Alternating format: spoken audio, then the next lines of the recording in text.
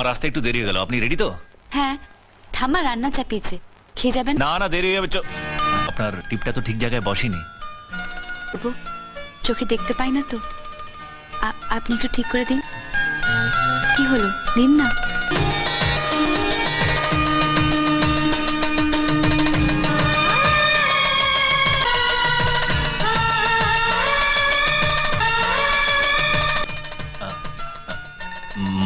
মানে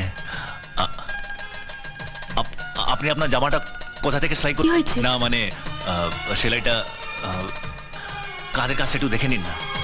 হ্যাঁ?